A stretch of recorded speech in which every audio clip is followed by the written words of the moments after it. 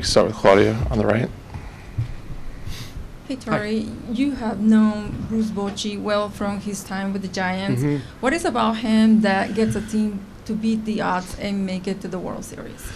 Well, first of all, he is a definite Hall of Fame manager. I always find it the most a very humbling experience to be in the same building as him. And you know, I've said it since the time he was in San Francisco that after a game, when I'm done managing my team against his team, I'm exhausted. You just can't miss anything. He is all over everything that you're trying to do on a moment-to-moment basis, and it can be a big challenge. The beauty of it, too, is that he manages off the scoreboard, right? I've got a card in front of me. I've got all sorts of stuff that I can look at, and I keep my dugout card. He's just going off of his instincts and what's going on the scoreboard. So to me, that's amazing. He is an unbelievable human being. I remember when I presented his gift to him at home plate when he was stepping away from the Giants, I just said, you know, it's been an absolute honor to manage against you. I hope you find your way back to doing this one day. And he says, well, I'm tired right now. If I do, it will be an honor to be managing against you as well. So I couldn't believe that he said that to me. I was just honored to be in his presence, and I will be for these next 9 days. Nick, over here on the right. Sorry. I'm wondering if your roster plans are going to change too much here, and kind of the same thing with how you'll handle your pitching staff with rotation and whatnot. Yeah, we're going to discuss that right now. The front office just got here. We're going to talk about some of the characteristics of our lineup, what we want to do, how we want to manipulate different things, and have as much leverage as possible through some of the ideas that we're having as the game is moving along. So I don't know what we're going to do at this point. It really comes down to an extra pitcher or an extra position player. We didn't quite get into that extra pitcher, so we feel like there could be a need for the extra position player, and the starting rotation will follow the same pattern. If that's what you're asking about, yeah, it'll follow the same pattern. So I don't want to be secretive about it. It's going to be Gallen, Merrill, Fott, and then we'll figure out what's going on day 4. Anthony, front row on the left. This is a weird spot here. This is obviously Banny's former domain here in Arlington. Yeah. What's he meant to your staff these last couple years? He probably has been the best thing that's ever happened to me in my managerial career. I've had some unbelievable people around me that have helped teach me, drive me, posture me. Jeff Bannister has changed our culture in every way that we have wanted him to help and assist in that way. He fills in the gaps, fills in my personality gaps. That's the first thing. And at times I feel like he does a better job than me. So you're in good hands when the person, your first lieutenant, does things at a better clip than you. He gives me the freedom to roam, and I feel like that's where I'm at my best. While the drills are taking place for pregame, while the day is being set up, I can step away from that responsibility and watch it from afar, and then sit in my office for 20 extra minutes to have certain meetings with certain players about how we're going to push along. But Jeff has, for me personally, filled in my gaps. I tend to be a little dry and simple in one space. He's taught me to open up my perspective a little bit, challenge players the right way by saying the right thing at the right time, and I certainly know that if I'm not, he will be doing that. If there's one person that I could ever hope would get back in a managerial seat, to be Jeff Bannister. He deserves another opportunity. I'm sure that's coming. Paul, over here on the right. Torey, talking to Evan Longoria, he said his first time around, he felt like he had to get a hit every single at-bat in the World Series, and the world was caving in on him. Mm-hmm. His words, he sees now how stupid that was. So, A, how important is it to have a guy like him that these younger guys can talk to or he can pull aside and share that with? And B, how have you seen your younger guys respond to him? Yeah, I mean, think about it going full circle for him, right? It's 2008 or 9, and he's playing in a World Series. He's referenced being in that arena that we were just in Philly, and some of the challenges, and would pass along information there. It's happened a lot in the postseason. about what to expect at every turn, and he's the guy that guys will turn to just to have a conversation about how to relax and how to expect certain things. But it goes way beyond that. It was probably a day one conversation in my office that I gave him free rein to do whatever he needed to do.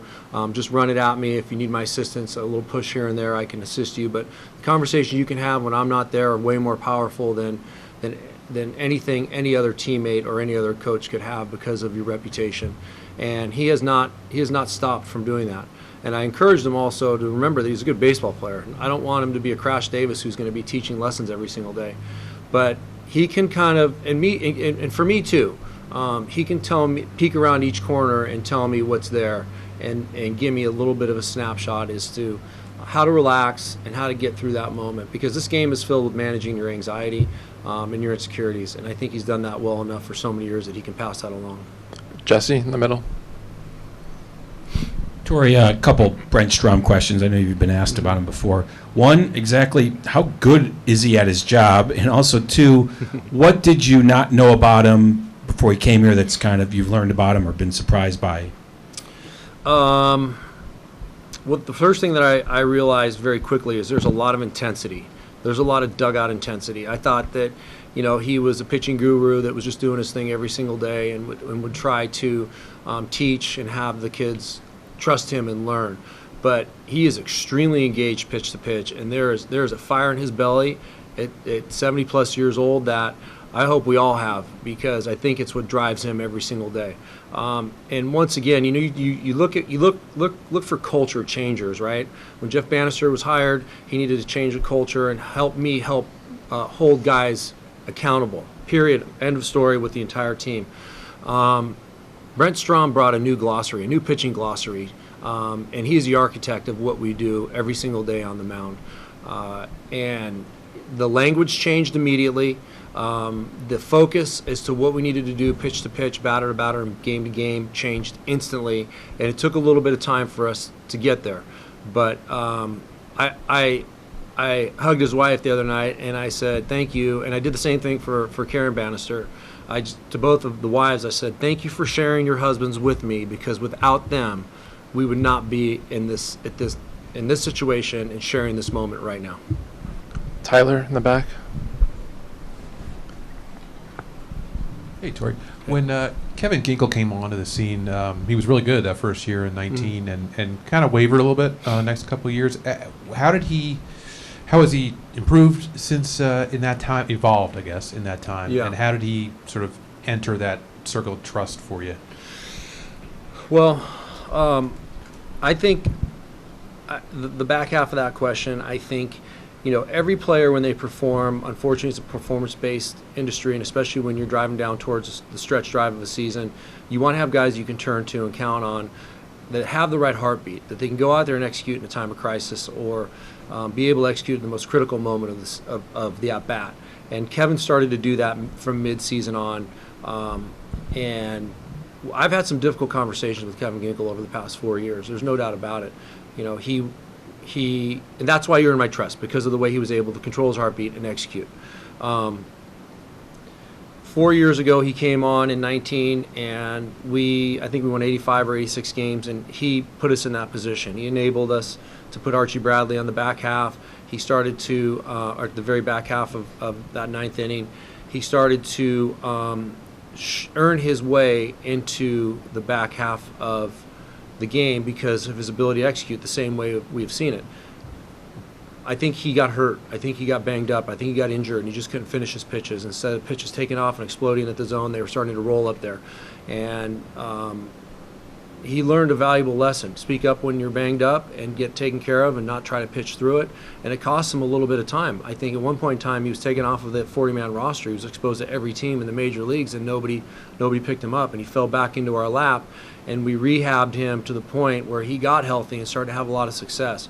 And he had a lot of sponsors at the beginning of last year when he came on board, and we could see that things were starting to flush pretty good for him. And he's taken off from there. So it's really the finish of his pitches, his ability to pound the zone, and he's got a nasty breaking ball that he's not afraid to throw at any time. Pete, over here on the right. Hey, Torey. Hi, Pete. 10 years ago, you were part of a team that won the World Series. Mhm. What have you kind of taken maybe from that experience, that you can incorporate in, now that you're a manager as opposed to a bench coach? Yeah, I was just writing a text message to a couple Boston people about the same thing today. They asked me the same question. It's fairly simple. I watched from an unbelievable manager who was my mentor, and John Farrell, about how to stay calm during turbulent times or exciting times. He had one gear, one demeanor, and it was always under control. I remember him speaking to me about limited days off, maintaining focus. Yesterday was our second day off in the postseason. So we've been working out every day and staying as sharp as we possibly can. And the guys, even though they're reluctant and pushing back at the time, I think they see the need for the reason why we had those workouts. And John also talked about balance and being able to separate from the moment, go out, have a nice dinner, spend some time with your family and friends, and when you come to the ballpark, make sure you're ready to go. So I'm drawing from those experiences because I watched him do it. And then it's hard to explain. It just seems like one continuous day for me since we arrived in Milwaukee, and that was, I don't even know, 20 some odd days ago. It's just this foggy approach to every single day that we have a job to do, and it's like just go get it done. You go to order something at Chipotle, it's meat, cheese, lettuce, tomatoes, meat, cheese, lettuce, tomatoes, meat, cheese, lettuce, tomatoes. It's the same thing in the same lineup every single day for me. Bob, Do you guys know who Sebastian Maniscalco is, right? If you haven't, Google it when you walk out of here. His Chipotle skit. It's hilarious. That's what I feel like. And Torey, how have you been able? I'm such an idiot. Torey, how have you been able to use these perceived slights against your team, whether it's 84 wins, people threatening to have a pool party, talk show hosts threatening to retire, as far as motivation? Yeah, I want to talk about that in 1 second. I want to dedicate an entire answer to that one guy. I think at the end of the day, we're all internally motivated. Like we should be. It's our job to come here and stay motivated and stay focused. And I don't think we need extra. But when you get extra, it's like a glass of iced tea. You add a little bit of honey and a little bit of lemon to it. It tastes perfect. So, when we hear those things, they're out there. The social media makes it happen really quick.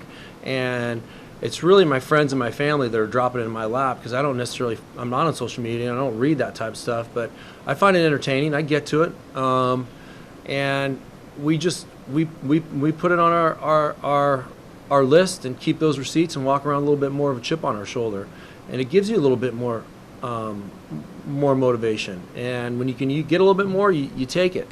And some of those things do really bother me because nobody knows the magic that's sitting inside of that clubhouse right now. Nobody knows what we're capable of doing on a daily basis. Nobody knows how hard we're working to make today happen. And hopefully people start to respect this ball club. They better, because we're here and it's real. Specifically speaking on Mad Dog, Stephen A. Smith, you're my boy. You're my boy. And I need you to hold him accountable, okay? I need you to keep going at him every single day. Don't let it stop. But a deal's a deal. I agree. Like you can't back out of that one, Mad Dog. You gotta do something. I don't know if you're talking about TV, radio, but I do like Howard Stern's thought about walking with a billboard saying that I am a liar and an a-hole in Midtown Manhattan for half a day. That'll do it for me, but I ain't gonna forgive you until you do something unbelievable. Maybe show up here and say you're sorry to the entire team. Anyways, that's all I want to say about that. we'll do two quick last ones down here on the left, and then we'll finish up with Barry.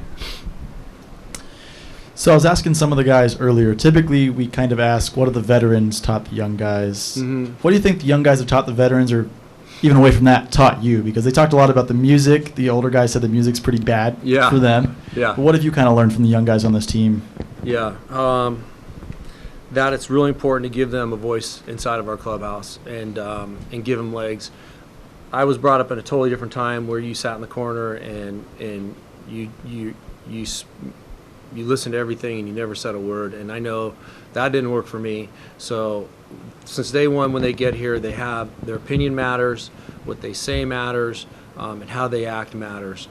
Everybody in that clubhouse is respectful and humble, but the young players go out and play with an unbelievable amount of enthusiasm and focus, and that's very, very contagious.